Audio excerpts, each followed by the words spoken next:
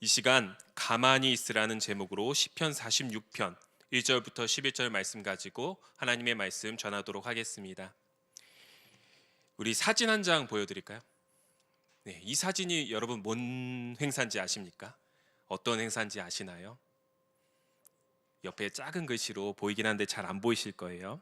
체육대회일까요? 야외 예배일까요? 예, 서울시에서 주관하는 한강 멍때리기 대회입니다. 멍때리기 대회. 여러분 멍때리기가 뭔지 아시나요? 아무것도 생각하지 않고 그냥 가만히 있는 것을 말합니다. 이 멍때리기 대회가 굉장히 쉬울 것 같지만 아무것도 안 하면 되지. 굉장히 쉬울 것 같지만 생각보다 어렵다고 합니다. 우리는 계속 몸을 움직이고 또 뇌를 움직이는 그러한 생활에 익숙하기 때문에 이 멍 때리는 것이 쉽지 않다고 해요. 공부하고 있을 때뿐만 아니라 집안일 하고 있을 때, 직장에 일을 하고 있을 때, 심지어 자고 있는 중에서도 우리는 계속 움직이고 뇌가 활동을 하죠. 그래서 현대인에게 이 스마트폰 중독, 여러 가지 일에 중독된 우리 현대인들에게 이 멍 때리기 대회가 필요하다. 생각을 비우고 가만히 있는 것이 필요하다. 우리의 뇌를 잠시 멈추는 시간이 필요하다라는 취지에서 시작한 것이 바로 멍 때리기 대회입니다. 우리 신앙생활도 마찬가지인 것 같습니다. 복잡한 상황 가운데서 또 우리의 힘으로 기도로 그 문제를 어떻게든 간절히 기도해서 해결해 보려고 할 때 문제가 더 꼬여버리는 경우가 있어요. 마치 어렸을 적 이 반지꼬리암에 이 실이 엉켜 있잖아요. 이 실 엉킨 거를 어렸을 땐 잘 못 풀잖아요. 근데 할머니가 와서 그것을 눈도 침침한데 천천히 푸시면은 어린 저보다 더 빠르게 잘 푸시는 모습을 보면서 저는 그때 그냥 가만히 지켜볼 수밖에 없었는데요. 신앙생활도 마찬가지입니다. 오늘 우리가 읽은 이 시편 46편 기자는 우리에게 권면합니다. 가만히 있을지어다. 가만히 있으라고 우리에게 말하고 있습니다. 왜 가만히 있으라고 말하고 있습니까? 우리가 하나님의 역사를 가만히 지켜보고 있어야 할 때가 있다는 것이에요.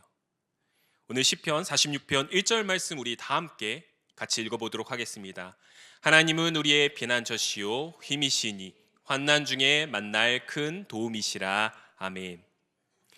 오늘 시편 기자는 우리에게 하나님은 우리의 피난처라고 고백하고 있습니다. 하나님께서는 환난과 위험이 이 가득한 세상 속에서 우리가 피할 안전한 장소 또한 우리의 마음을 평안케 하는 피난처가 되어 주십니다. 그런데 이러한 모습은 하나님의 방어적인 측면, 우리가 피하는 곳만 가는 그러한 방어적인 수비적인 측면의 하나님을 말하고 있습니다. 또 시편 기자는 더 나아가 하나님은 우리의 힘이 되어 주신다고 말씀하고 있죠. 이것은 하나님의 공격적인 측면, 주님의 백성들은 이 악한 세상 속에서 주님 주신 힘과 능력으로 모든 악한 사단 마귀 세력을 또한 모든 것들을 승리하며 나아갈 수 있다는 것을 의미합니다.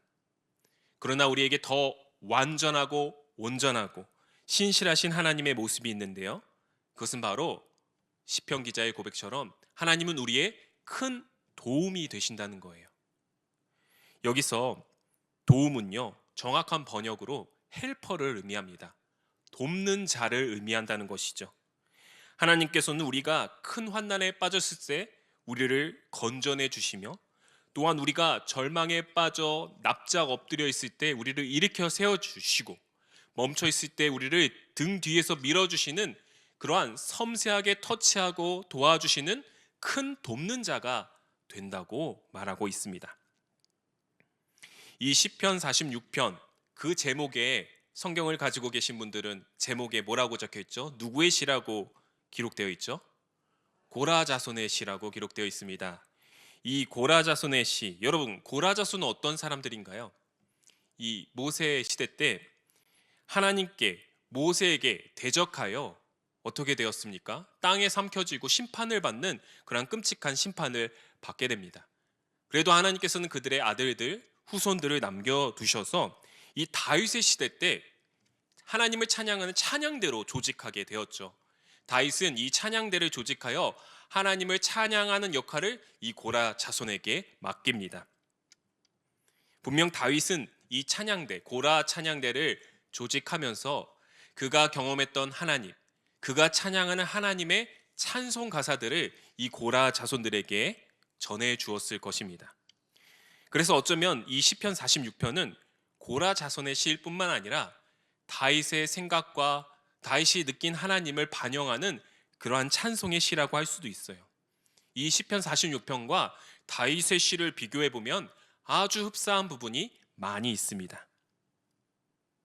다윗은 이렇게 고백합니다. 우리 시편 46편 2절에서 3절 말씀 우리 함께 읽어보도록 하겠습니다. 그러므로 땅이 변하든지 산이 흔들려 바다 가운데 빠지든지 바닷물이 솟아나고 뛰놀든지 그것이 넘침으로 산이 흔들릴지라도 우리는 두려워하지 아니하리로다. 아멘. 다윗과 고라 자손들은 땅과 산과 바다가 흔들리는 그 어떠한 어려움과 위험이 다가와도 나의 피난처, 힘과 도움 되시는 여호와 하나님을 신뢰하기 때문에 내가 두려워하지 않는다고 고백하고 있습니다. 땅과 산과 바다는 쉽게 흔들릴 수 있는 존재일까요? 요즘에는 포크레인이나 우리 장비를 가지고 중장비를 가지고 한 달이면은 이렇게 옮길 수도 있을 것 같아요. 그러나 고대 이스라엘 당시에는요, 땅과 산과 바다는요 변하지 않는 존재였어요. 안정성을 상징하는 존재였습니다. 근데 이러한 땅과 바다가 산이 흔들리면은 인간의 마음은 어떻죠? 공포와 두려움으로 휩싸이게 되죠. 그러나 시편 기자는 이러한 땅과 산과 바다가 흔들리는 순간에도 결코 두려워하지 않을 것이다 라고 고백하고 있습니다. 왜냐하면 우리 여호와 하나님께서는 땅을 흔드시고 산을 흔드시고 바다를 가르시는 전능하신 하나님이시며 우리는 그 하나님을 신뢰하는 주님의 백성들이기 때문이다 라고 고백하고 있다는 것이에요. 사랑하는 성도 여러분, 저와 여러분이 생각했던 결코 흔들리지 않았던 것들, 결코 흔들리지 않을 것이라고 생각했던 것들이 어떤 것들이 있습니까? 우리의 직장, 우리의 가정, 우리의 어떤 관계, 우정 등 우리가 절대 흔들리지 않을 것이라고 생각했던 모든 것들이 흔들리고 무너지는 경험을 하셨을 것입니다. 앞으로도 우리가 계속 그 경험을 할 수도 있죠. 그러므로 우리는 결국 어떠한 고백을 올릴 수밖에 없다는 것입니까? 나의 피난처시요, 나의 힘이시요, 나의 큰 도움 되시는 여호와 하나님만을 신뢰하겠습니다라고 우리는 고백할 수밖에 없다는 것이죠. 혹시 이 자리에 지금 인생에 흔들림이 있으신 분들이 있습니까? 내가 믿어왔던 것들, 내가 정말 바라왔던 것들 흔들리고 무너지고 있는 상태에 계신 성도님들이 계십니까? 그러한 흔들림과 폭풍 속에서도 우리의 피난처, 힘, 큰 도움 되시는 여호와 하나님만을 신뢰할 수 있는 저와 여러분 되시기를 주님의 이름으로 간절히 축원합니다. 우리의 인생이 흔들리고 소란스러울 때마다 우리의 마음에 두려움, 공포도 다가오지만 또 한 가지 찾아오는 마음이 있어요. 그것은 무엇일까요? 바로 조급함입니다. 조급함. 우리가 어려운 일을 당할 때, 뭔가 간절히 바라는 것이 이루어지지 않을 때 우리의 마음은 조급해지기 시작합니다. 원래 하나님께서는요, 이러한 조급함을 우리 마음에 두도록 허락하시지 않으셨어요. 태초 천지를 창조하실 때, 인간을 창조하실 때 조급함을 주시지 않았습니다. 에덴 동산에서 아담과 하와는 전혀 조급한 마음을 가질 필요가 없었어요.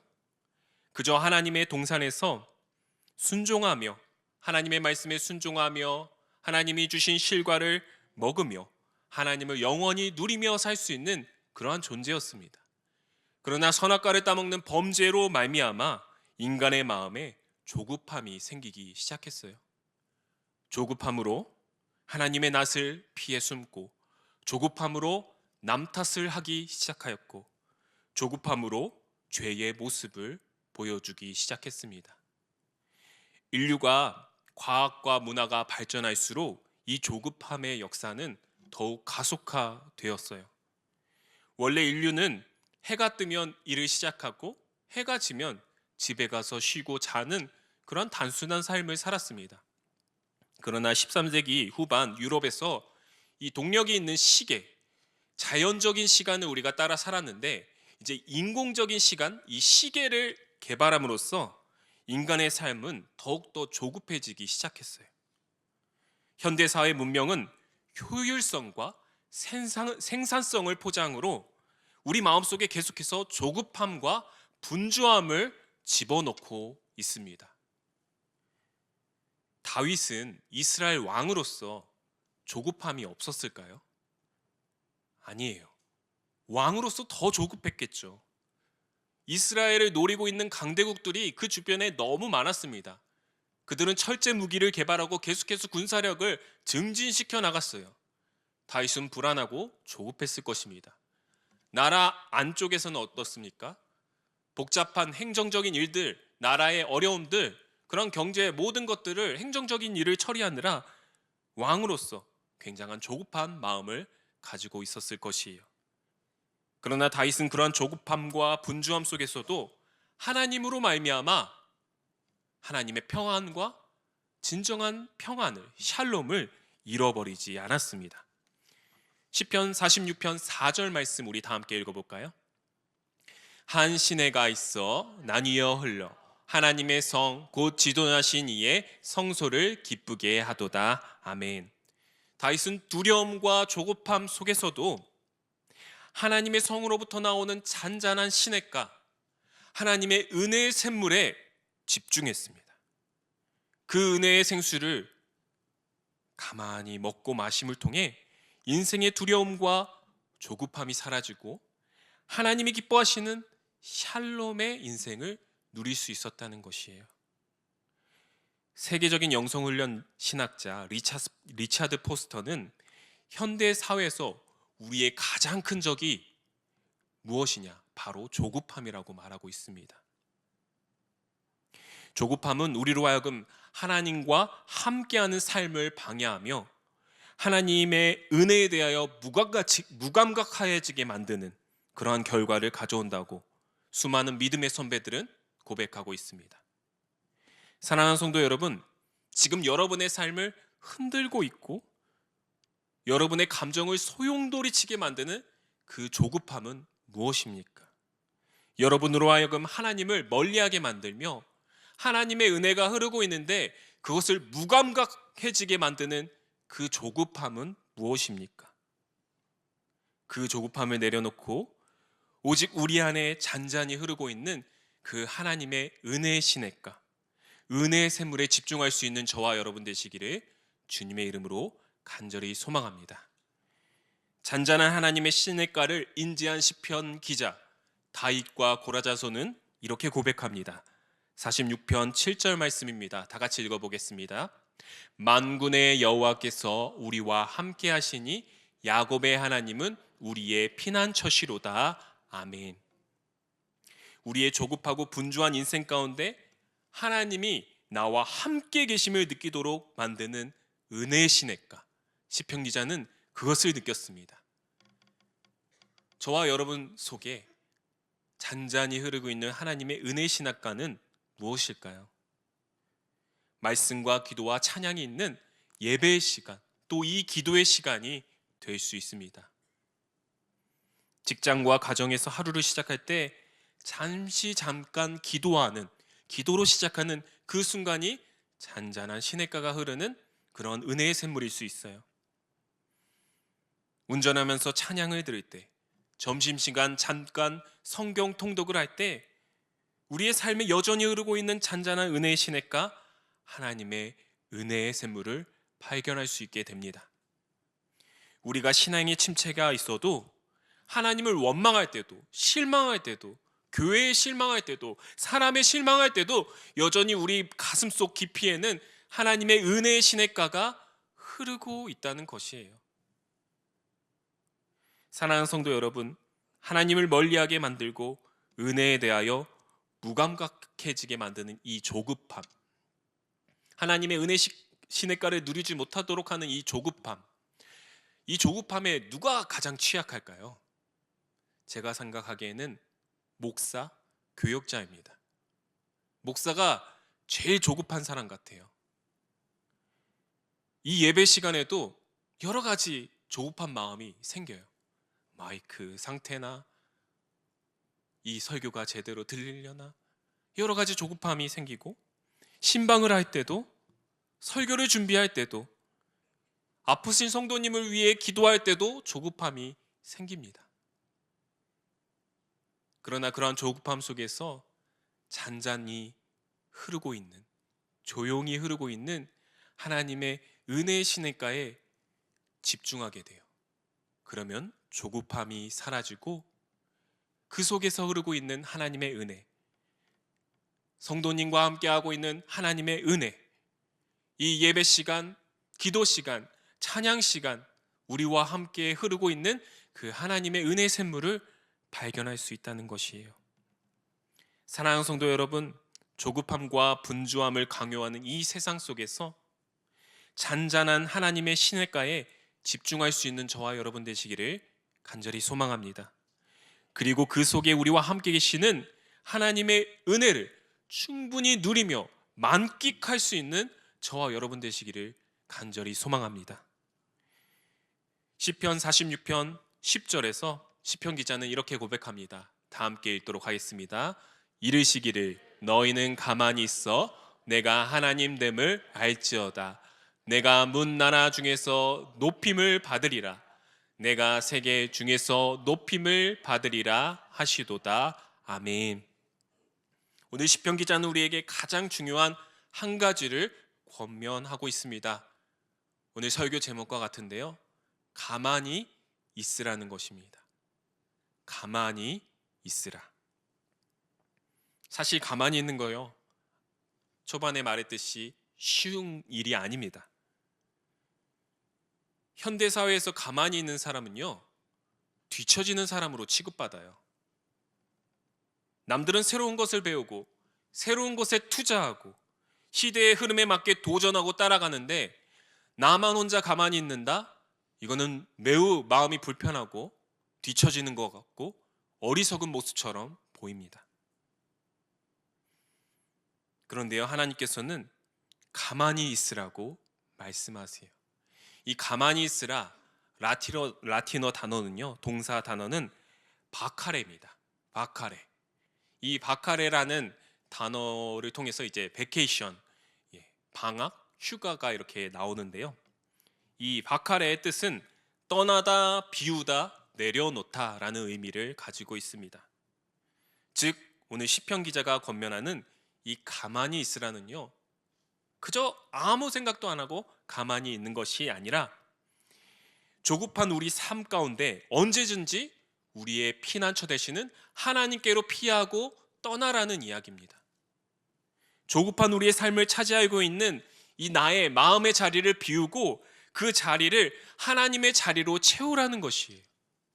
내 삶에 창조주의 위치에 있는 나의 모습이 있다면은 그 창조주의 위치에서 내려와 피조물의 위치로 다시 돌아가는 것, 내려놓는 것, 그것이 바로 가만히 있으라는 시편 기자의 고백입니다.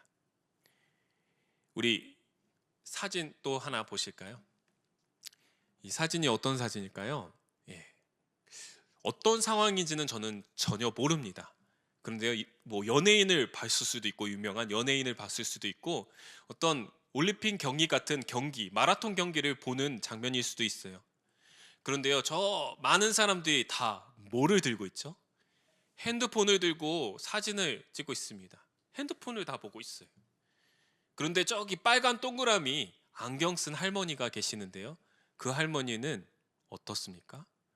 휴대폰을 들지 않고 그냥 가만히 그 모습을 눈으로 담고 있어요.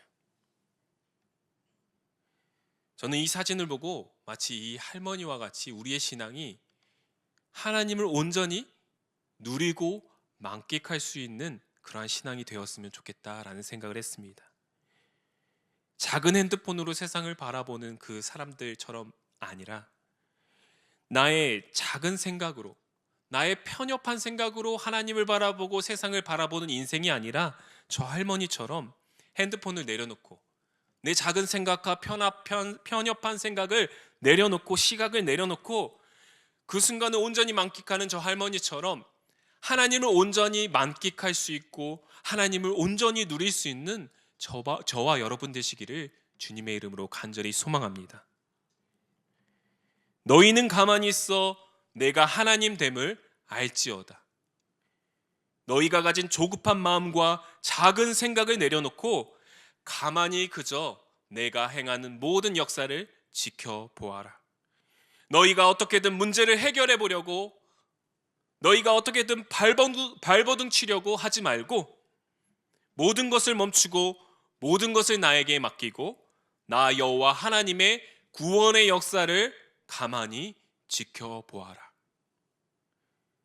우리의 바쁘고 조급한 삶을 가만히 있음으로 바꾸는 인생, 우리의 분주한 마음을 하나님을 묵상함으로 바꾸는 인생, 그러한 인생이 될 때 우리는 전능하신 하나님, 내 삶을 섬세하게 터치하시고 이끄시는 그 하나님의 역사를 온전히 눈에 담고 경험할 수 있게 될 것입니다.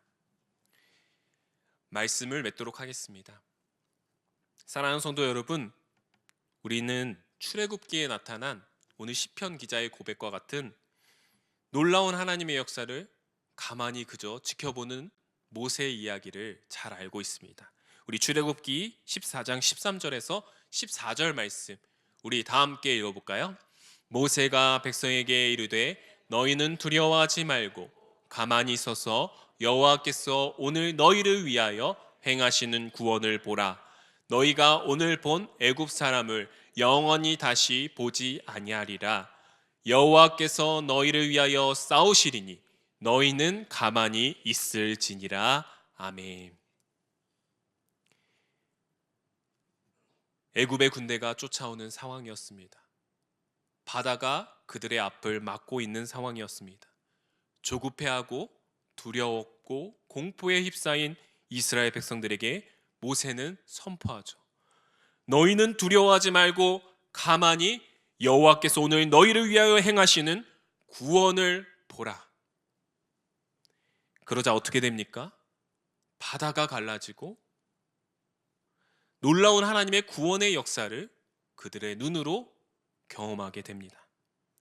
사랑하는 성도 여러분, 가만히 있음을 통해 하나님의 역사를 온전히 목도할 수 있는 저와 여러분 되시기를 주님의 이름으로 소망합니다.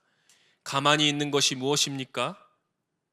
우리의 두려운 마음과 조급한 마음을 내려놓고 그저 가만히 온전히 하나님의 역사하심을 바라보고 하나님의 온전하심을 묵상하고 만끽할 때 우리는 그동안 우리가 경험해보지 못한, 이제까지 경험해보지 못한 하나님의 놀라운 역사, 하나님의 놀라운 성품을 경험하게 될 것입니다. 그러한 구원의 역사를 경험하는 저와 여러분 되시기를 간절히 소망합니다.